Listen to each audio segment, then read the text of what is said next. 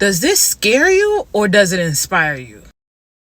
I know a lot of people say that it reminds them of iRobot, but to me, when I saw this, it reminded me of how folks can plan or folks can sit back and let things happen to them. There's so many things you can call Elon, but something that you can't take away from folks like Elon and folks like Beyonce, they are literally always planning 4 years, 10 years ahead of time. There's no way that this concept of a plan, these robots were pretty much produced last week. No. He's been working on this concept for the last 10 years and has made sure to get those folks in place and resources in place to make sure that this is an outcome that he wanted to. What's the likelihood of Elon himself actually putting these robots together, actually setting up the coding to get this stuff together, actually being the engineer?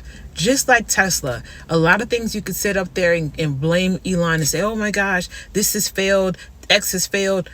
But essentially, he's not the one that's physically putting these things together. Yes, he's leading the headway because he's the face of this all, and he's the one that you could say, oh yeah, he's the mastermind. No, he's not the mastermind. The folks that are actually putting this thing together, the engineers, the coders, the number of folks that are actually putting all this together, those are the masterminds behind it. But they can't be the mastermind unless you have an Elon that has access to the finances that's needed in order to get these things operated. That's Elon that has the connections. And even if he's not the main man, he's able to get all these connections together to go into one accord and support this financially, support this infrastructurally, support this to actually get this thing done on the everyday, day-to-day business.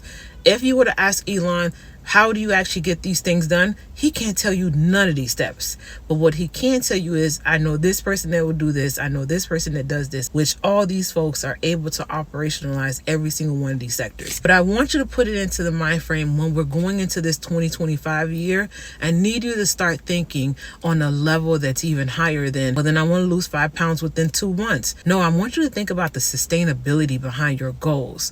I want to not only lose 5 pounds within 4 months, but I'm going to continue to sustain that weight loss by continuing this specific type of lifestyle, so that 3 years from now, the outcome that I'm looking for is going to be it, and that's it. There will be no yo-yo back and forth. The same way that you're looking at other goals, you're going to have a longevity about it, so that in 5 years, whenever you're rolling out your body prototype, whenever you're rolling out your career prototype, whenever you're rolling out this most amazing thing that you've been planning, you're not only planning it for the next 6 months or 12 weeks or next year of 2025.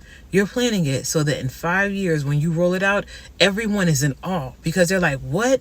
How long has this been happening? They don't know that you've been working on this for 3 years. They don't know that you've been working on this for 5 years. And it's not for you to showboat.